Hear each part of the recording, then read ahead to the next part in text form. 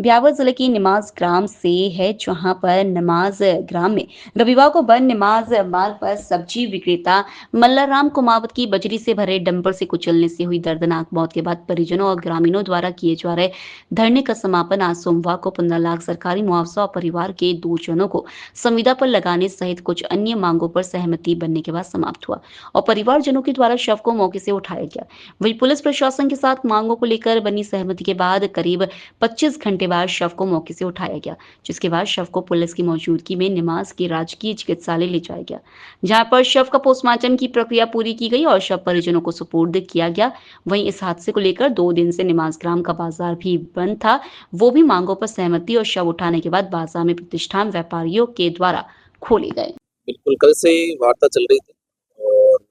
आज जो सुरेंद्र गोयल की अध्यक्षता में इनकी एक समिति बनी हुई थी, उनसे बातचीत हुई और उनकी 5 सूत्रीय मांगे थी। हमारे स्तर पे जो कार्रवाई हो सकती थी वो हमने कल ही शुरू कर दी थी। कल एफआईआर भी दर्ज हो गई थी, जो तब पर थे सीजर्स की मशीनरीज में जो प्रयुक्त हो रखे थे उनको भी सीज कर लिया गया था और एक दो कुछ मुआवजे की बातें थी वो हमने अपने स्तर पे जो समिति के प्रकार से सहमति बनी उसको पूरा कर लिया गया है, सहमति प्रदान की गई है और हमारे आश्वासन के बाद जो यहाँ पे लोग इकट्ठा हो रखे थे, ग्रामीण इकट्ठा हो रखे थे, जो समिति थी उन्होंने सहयोग किया और जो मृतक की जो शव है वो उठा लिया गया है। अभी पोस्टमार्टम के लिए पीएम के लिए हमने सीएसए भेज दिया गया है और आज अंतिम संस्कार करके बाकी जो भी कार्रवाई है पैरेलल चली रही है। कल से मुआवजे वगैरह की कार्रवाई जो आर्थिक सहायता दी गई है, कितनी राशि आर्थिक सहायता की घोषणा? तो हमारी तरफ से ये है कि जो प्रशासन के माध्यम से जो सरकारी योजनाएं हैं और उसके अलावा जो भामाशाह समाज सेवी है, तो ऐसे प्रत्यक्ष अप्रत्यक्ष रूप से कुल 15 लाख का हमने जो एक आश्वासन दिया और हम उस आश्वासन को पूरा करेंगे। ये राशि परिवार वालों को प्रदान की जाएगी। इसके साथ ही जो नगर पालिका जैतरन में इन्हीं मृतक के जो परिवार के 2 सदस्य है उनको हम संविदा में नौकरी देंगे और आगे भी अगर कोई परमानेंट का ऑप्शन हुआ तो डेफिनेटली हम उसको कंपसनेट ग्राउंड पे कंसिडर करेंगे।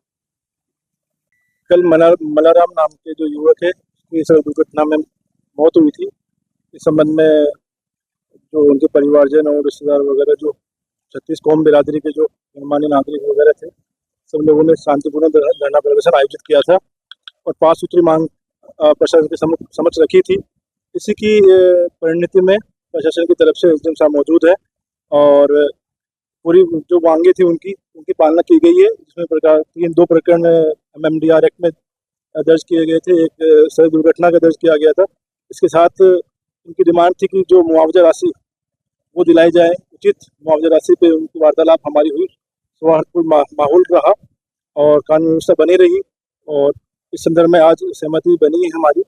और 15 लाख रुपए की जो भामाशाह से सरकारी योजनाओं के तहत समाज सेवियों के द्वारा मदद दी जाएगी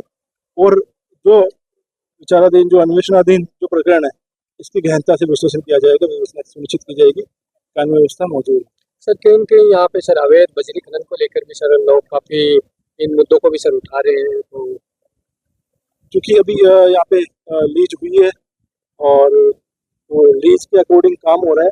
फिर भी जिला प्रशासन की SIT के द्वारा विभिन्न क्षेत्रों में अवैध खनन की जो भी प्रभावी कार्रवाई की गई है तो विश्लेषण की जाएगी। सर कल ये घटना से लोग बता रहे हैं कि पुलिस प्रशासन द्वारा कल कोई लाठीचार्ज का मामला है, उनके द्वारा ये भी कहा जा रहा है सर इस प्रकार का ये जो बेबुनियाद और तथ्यहीन बातें हैं, इस प्रकार की जो ये जब आंदोलनकारी और जो धरना प्रदर्शन करने वाले लोग थे वो जो आरोपी जो बता रहे हैं बेराराम जी, इसके जो बेराराम है इनके घर पे इन्होंने लाठीचार्ज करने की कोशिश की और पथराव करने की कोशिश की।